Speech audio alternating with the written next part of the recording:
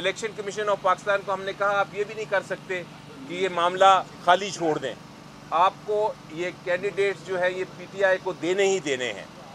एक बहस की गई कि जनाब जो सुन्नी इत्तेहाद है ये एक पॉलिटिकल जमात तो है, लेकिन इन्होंने पार्लियामेंट में कोई सीट नहीं जीती, इसलिए इनको जो कैंडिडेट्स ने पीटीआई के कैंडिडेट्स ने जो उनके साथ अंदर शामिल हुए हैं उनके शमूलियत के बाद भी उनको ये माइनॉरिटी सीट्स नहीं दी जा सकती और विमेन सीट्स नहीं दी जा सकती। उस पर भी हमने आर्टिकल 51 दिखाया इलेक्शन कमीशन ऑफ पाकिस्तान को जवाब में, और ये बताया कि वहाँ लफ्ज़ इस्तेमाल हुआ है कि कोई भी पॉलिटिकल पार्टी को ज्वाइन किया जा सकता है। किसी भी पॉलिटिकल पार्टी को जो इंडिपेंडेंट कैंडिडेट्स हैं वो ज्वाइन कर सकते हैं। ये कोई कदगन नहीं लगाई आइन में कि उस पॉलिटिकल पार्टी को ही ज्वाइन कर सकते हैं जो पार्लियामेंट में हो, बल्कि पाकिस्तान की आइन में पार्लियामेंट्री पार्टी को अलग एक हैसियत दी गई है। वहाँ लफ्ज़ इस्तेमाल हुआ है आर्टिकल 51 में पॉलिटिकल पार्टी सिर्फ। दूसरी बहस ये की गई कि जनाब सुन्नी इत्तेहाद ने लिस्ट नहीं दी। हमने उसका जवाब दिया कि बिल्कुल दुरुस्त है, लिस्ट नहीं दी, लेकिन इसमें कहाँ कदगन है कानून में कि आप दोबारा लिस्ट नहीं दे सकते। अब जबकि सुन्नी इत्तेहाद में इतने सारे जो कैंडिडेट्स हैं वो ज्वाइन कर गए हैं, उनकी तादाद पाकिस्तान में सबसे मेजॉरिटी में आ गई है, तो आपको कोई कदगन नहीं है इलेक्शन कमीशन ऑफ पाकिस्तान के ऊपर कि वो दोबारा से एक शेड्यूल अनाउंस करके तो इन विमेन जो हमारी सारी कैंडिडेट्स हैं और माइनॉरिटी के जो कैंडिडेट्स हैं उनकी स्क्रूटनी करके उनको रिज़र्व सीट्स दे दे। यही इंसाफ का तकाजा है। बहरहाल ये सारी बहस हुई और उस बहस के बाद अब इलेक्शन कमीशन ऑफ पाकिस्तान ने जजमेंट को रिज़र्व कर लिया है।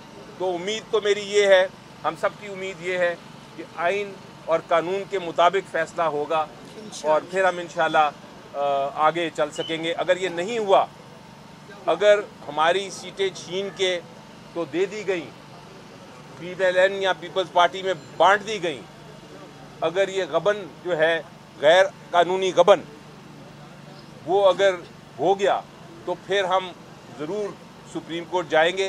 लेकिन ये एक इतनी बड़ी आइन शिकनी होगी कि उसके बाद प्रेसिडेंट का भी इलेक्शन, सेनेट के भी इलेक्शन, प्राइम मिनिस्टर का भी इलेक्शन और स्पीकर और डिप्टी स्पीकर का भी इलेक्शन जो है वो सारा कंट्रोवर्शियल हो जाएगा, वो सारा मुतनाज़ा हो जाएगा और वो उसकी कोई लेजिटिमेसी नहीं रहेगी। मैं इस पे एक अर्ज़ करता हूँ, आइन और क़ानून के मुताबिक पाकिस्तान तहरीक इंसाफ के सपोर्टेड कैंडिडेट जिसे आखिरी दिन बल्ला लिया गया था और जिन्होंने पाकिस्तान तहरीक इंसाफ के सपोर्ट के साथ इलेक्शन जीता है, बाकियों को तो हरवाया है, लेकिन जो लोग जीत चुके थे उनमें से 293 मेंबरान साहिबान ने कानून और आइन के मुताबिक सुन्नी इत्तेहाद काउंसिल को ज्वाइन किया था। उसमें 86 नेशनल असम्बली में, 107 पंजाब में, 91 KPK में और 9 MPA सिंध असम्बली में शामिल थे। इस 293 MPA और MNAs के हिसाब से इलेक्शन कमीशन ने इस वक्त हमारे 78 सीट्स रिज़र्व को उनके मुताबिक प्रिजर्व रखा है और इस फैसले के मुताबिक इनकी आगे एलोकेशन होगी। हम समझते हैं कि पॉलिटिकल सिस्टम में और रिज़र्व सीट मेरिट बेस्ड होती है। ये अगर इन लोगों के पास जाएगी तो ये उन लोगों में खैरात समझ करके बांटेंगे जिन औरतों को इन पॉलिटिकल पार्टीज़ ने अपने प्रायोरिटी लिस्ट में भी कभी इंक्लूड नहीं किया था। ये किस प्रायोरिटी लिस्ट की बात कर रहे हैं? इनकी जितनी प्रायोरिटी लिस्ट उठा ले, ये खैरात में ये मानते हुए उन लोगों के दें जिन लोगों को, जिन औरतों को उन्होंने इसका वर्थ नहीं समझा कि उनको प्रायोरिटी लिस्ट में दे। ये पाकिस्तान तहरीक इंसाफ के सपोर्टेड कैंडिडेट्स है जो इस वक्त सुन्नी इत्तेहाद काउंसिल में शामिल है। सुन्नी इत्तेहाद काउंसिल को ये सीटें मिलेगी तो इंशाअल्लाह ताला खान साहब के विजन के मुताबिक ये उन कमिटेड वर्करों को मिलेगी, कमिटेड वर्करों को जिनको आप कह सकते हैं, जिनका हम हमेशा से चुनाव एक बाएतमाद तरीके से मेरिट बेस पे करेंगे। हमारे इलेक्शन कमीशन से आखिरी इस्तदा है कि अब आवाम ने जब फैसला दिया हुआ है, इंडिपेंडेंट कैंडिडेट्स आए। 2008 में आपने 23 कैंडिडेट देखे, 2018 में आपने 27 कैंडिडेट देखे और 2023 में आपने इस वक्त शामिल शुदा 300 कैंडिडेट देखे। ये सिर्फ और सिर्फ उस गुलामी नामंजूर की वजह से हैं। इलेक्शन कमीशन को अगर अवामी नुमाइंदों का एहसास करना है, इस पॉलिटिकल सिस्टम को आगे चलाना है, तो इलेक्शन कमीशन के सामने आज अली ज़फ़र ने बेहतरीन आर्गूमेंट्स किए हैं कि ये इख्तियार आपके पास है, आप उनको ऐसे एलोकेट करें जिससे कानून का तकाजा पूरा हो।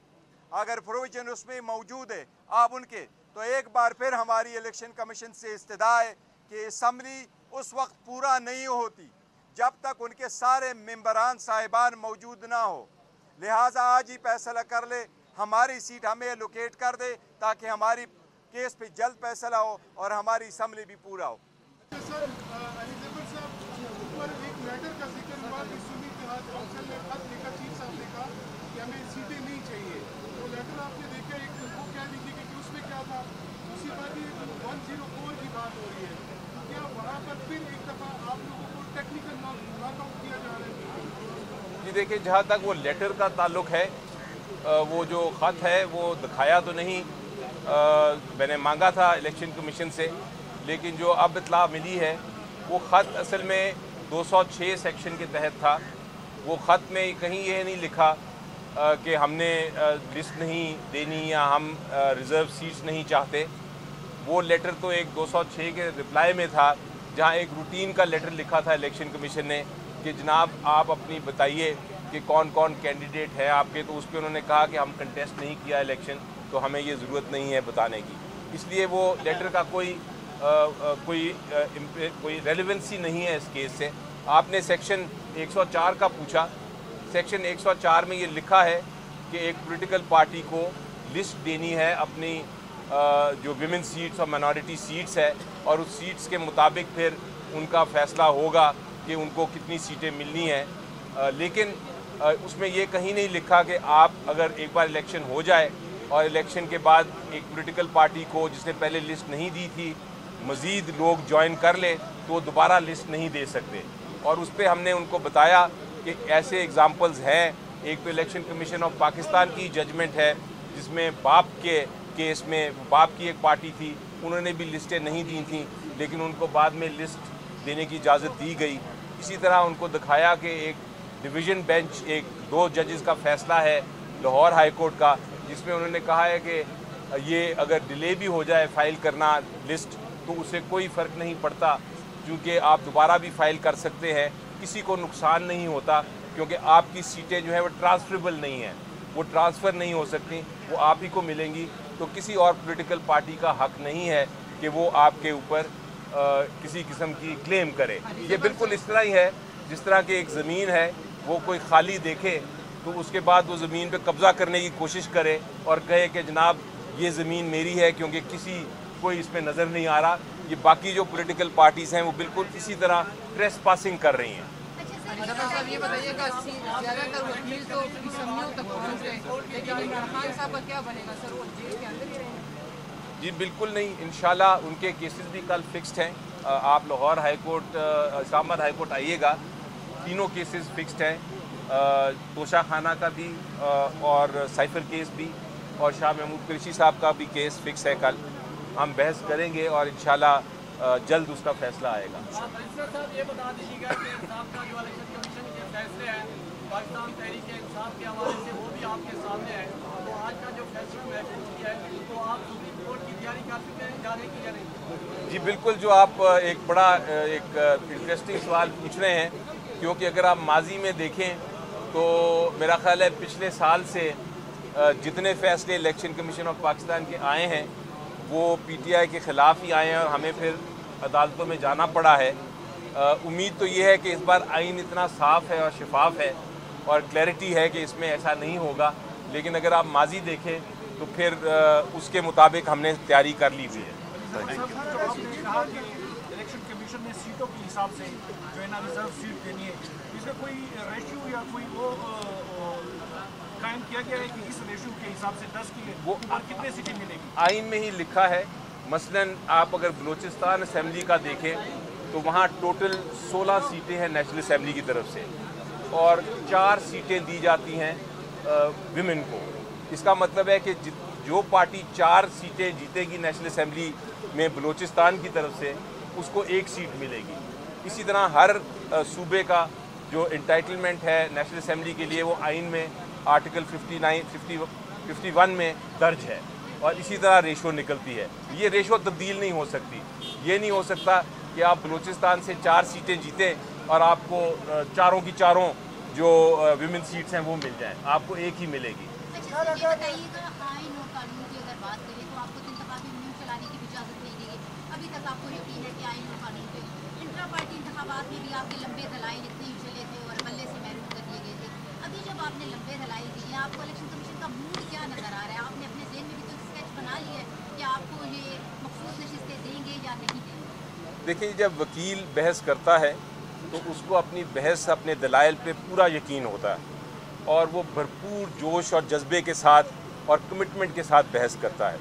मैंने कोशिश की कि मैंने जो बहस करनी है उसको बाकायदा, हमने कल रात को हम 3 बजे तक बैठे रहे और 3 बजे तक हम तैयारी करते रहे। जो आर्गूमेंट, जो बहस गलत थी, हमने उसको खुद ही मुस्तरद कर दिया और हमने वो बहस की जो हमारे मुताबिक दुरुस्त थी, आइन के मुताबिक थी और कन्विंसिंग थी।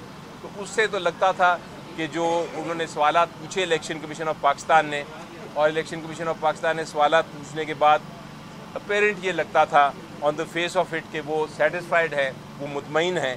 लेकिन जिस तरह आप कहती हैं कि कलम जिसके पास होता है अल्टीमेटली उसने ही लिखना होता है। हम वकील की हैसियत से हम अपना बेस्ट आर्गूमेंट, बेस्ट बहस कर सकते हैं, लेकिन अल्टीमेटली क्या फ़ैसला होगा इस पे हम जजमेंट नहीं पास कर सकते। अगर सुप्रीम कोर्ट जाते हैं तो वहाँ पर भी फैसला उम्मीद है कि इंसाफ हो? जी देखिए, मेरी चाहे जो भी आप माजी देख लें, मुझे यकीन है और हमेशा रखूँगा यकीन कि आइन और कानून के मुताबिक ही अदालतें फ़ैसला करती हैं।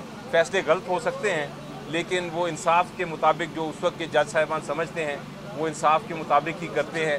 आप फ़ैसलों पे बाद में तनकीद कर सकते हैं लेकिन उस वक्त जो फ़ैसला जज करता है वो अपने इल्म, अपनी काविश, अपनी अक्ल के मुताबिक वो फ़ैसला करते हैं। तो इसलिए मैं हमेशा समझता हूँ कि फ़ैसला हर आइन और कानून के मुताबिक ही होता है। हाँ, गलत हो सकता है, आप दूसरी तरफ से बहस कर सकते हैं कि नहीं, इसकी तशरीह इस तरह होनी चाहिए थी, लेकिन आप ये नहीं कह सकते कि वो नाइंसाफ़ी है। बैरिस्टर गौहर साहब, ये बताइएगा कि अभी फैसला आया नहीं, आपकी जमात ने रद्द-ए-अमल पहले दे दिया, इसकी क्या वजह है? देखिए, अभी तक कोई रद्द-ए-अमल नहीं आया पार्टी की तरफ से। हम हमेशा से इदारों का एहतराम करते हैं और हमने इन पर एतमाद किया। जिस तरह अली ज़फ़र साहब ने फरमाया, हम यही कह रहे हैं और उम्मीद करते हैं। लास्ट टाइम भी इनका मूड ऐसा ही था, हमारे फेवर में था, लेकिन एनीवे जो भी डिसीजन होगा, let's see down the line. अब जबकि अवाम ने बोला है सब कुछ, उम्मीद है इंशाअल्लाह ताला तरीक़ाकार कोई डिफरेंट होना चाहिए और कानून के मुताबिक होना चाहिए इंशाअल्लाह। Thank you.